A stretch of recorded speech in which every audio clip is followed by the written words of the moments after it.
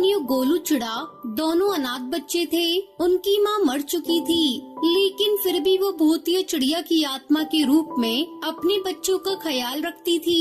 एक दिन वो अपने दोनों बच्चों को नाश्ता करा रही थी, तभी गोलू चिड़ा अपनी भूतिया चिड़िया माँ से कहता है, तुम्हारी शक्ल देखकर खाना खाने का भी मन नहीं करेगा। तुम यहाँ से चली क्यों नहीं जाती? मरने के बाद भी चैन नहीं है तुम्हें, रोज अपनी बेइज्जती करवाने आ जाती हो।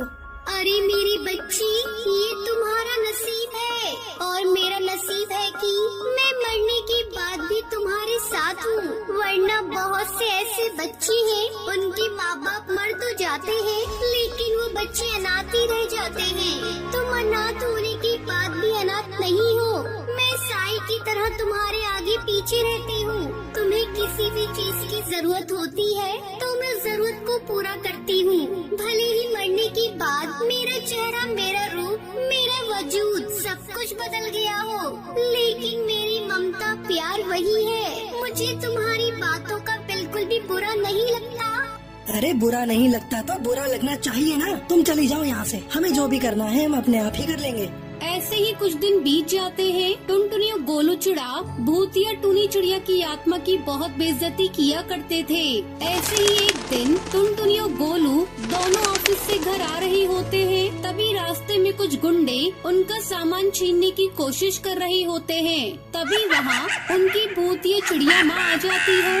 अरे बदमाशों, तुम मेरे बच्चे को नुकसान पहुंचाना चाहते हो। मैं तुम्हें नहीं छोड़ूंगी, मार डालूंगी।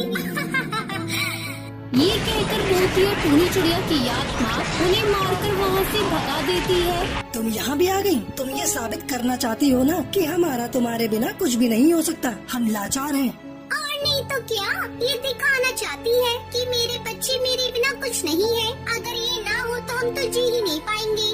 अरे नहीं मेरे बच्चों, तुम गलत समझ रहे हो। ऐसा कुछ भी नहीं है।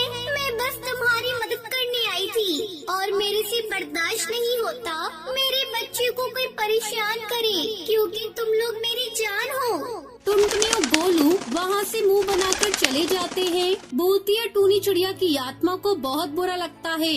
उसकी आंखों में आंसू छलक जाते हैं, लेकिन वो अपना दर्द छुपाते हुए वहाँ से अपने बच्चों के साथ घर आती है और उनके लिए खाना बनाती है। ऐसे ही कुछ दिन बीत जाते हैं। एक दिन वो दोनों एक तांत्रिक बाबा के पास जाते हैं। बाबा, हम दोनों भूतिया टूनी चिड़िया की आत्मा से परेशान हैं। हमें उससे पीछा छुड़ाना है। कौन है वो? हमारी मरी हुई माँ। जब से मरी है तब से हमें बहुत परेशान कर रखा है। आप कुछ ऐसा कर दो कि वो हमेशा हमेशा के लिए चली जाए। तुम दोनों को परेशान करती है तुम्हारी माँ? हमेशा हम दोनों के आगे पीछे एक साई की तरह घूमती रहती है। खाना बनाना, हमारे कपड़े साफ करना, मतलब जैसे वे जिंदा थी वैसे ही मरने के बाद भी उनका व्यवहार में कोई बदलाव नहीं आया है।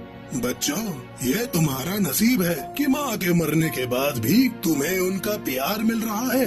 हमें नहीं चाहिए कोई प्यार, हमें आजादी चाहिए। आप बस इनको हमसे दूर कर दो। सोच लो, अगर मैंने एक बार तुम्हारी माँ को दूर कर दिया तो वह कभी तुम्हारे पास वापस नहीं आ पाएगी। मौका है, सोच लो।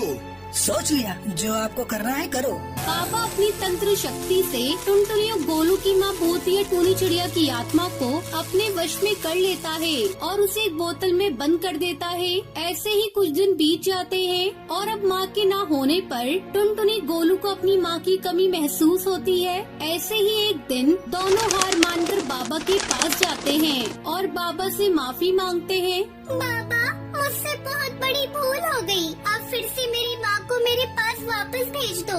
माँ के जाने के बाद ही हमें महसूस हुआ कि माँ की कमी क्या होती है। मैंने तुमसे कहा था ना कि सोच लेना एक बार, क्योंकि एक बार मैंने तुम्हारी माँ को अपने वश में कर लिया तो मैं कभी तुम्हारी माँ को वापस नहीं ला पाऊंगा। और ये तो तुम्हारा नसीब था कि तुमको तुम्हारी माँ का प्यार मिल रहा था, और अब ये तुम्हारी बदनसीबी है कि तुम्हें तुम्हारी माँ कभी नहीं मिलेगी। टुनटुनी चिड़िया और गोलू चिड़ा को अपनी गलती का एहसास हो जाता है और वो रोते हुए वहाँ से चले जाते हैं।